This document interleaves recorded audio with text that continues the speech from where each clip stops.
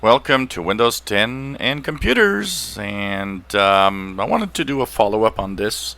I have questions from time to time on this subject. So where is Windows 10s? Is it still alive? Does it still exist?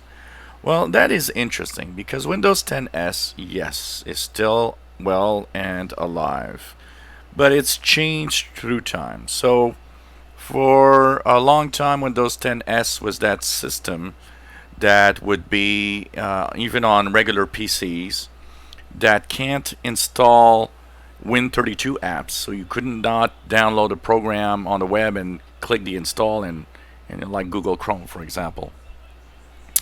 So you were confined in installing stuff from the Microsoft Store, which of course limited a lot of the capabilities of this Windows 10s operating system.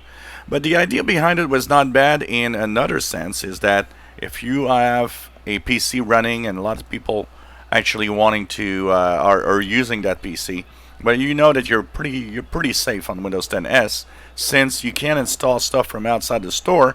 You can't really infect it technically.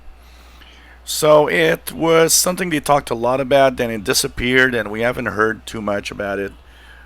We have heard a little bit about it in the past few weeks, and today there was a build of 19H2 that was released, and that build of 19H2, which is the next version of Windows, contains some interesting improvements to Windows 10s. So what we are learning is that Windows 10s is more and more going to be the default version for a lot of ARM devices.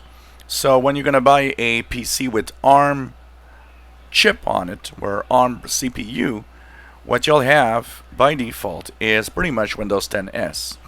Not because it can't run anything else, but probably because of the architecture and the way that it is. It's maybe a little better to run Windows 10s because you might not have the performance needed, at least for now, because eventually we're expected to have ARM CPUs that will give as much performance as Intel or AMD chips.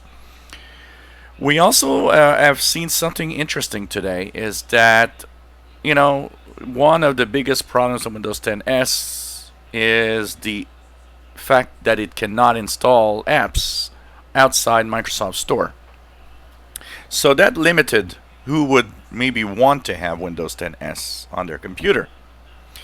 Well, Microsoft changed a little something.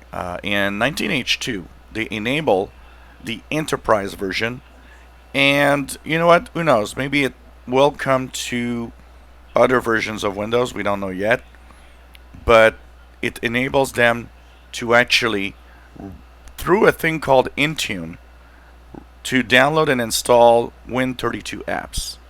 And this is necessary because businesses are the biggest user of Windows 10. That means they will need their programs to work. And enterprise uses a lot of custom-made 32-bit or 64-bit, programs that you click the install button.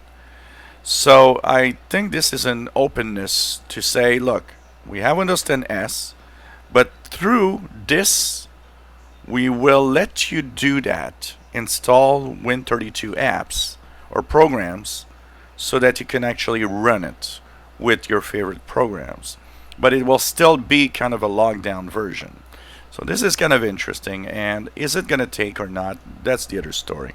Because I would guess that almost anyone running Windows 10s will run and say, hey, I want to convert this to Windows 10 standard, home or pro or whatever.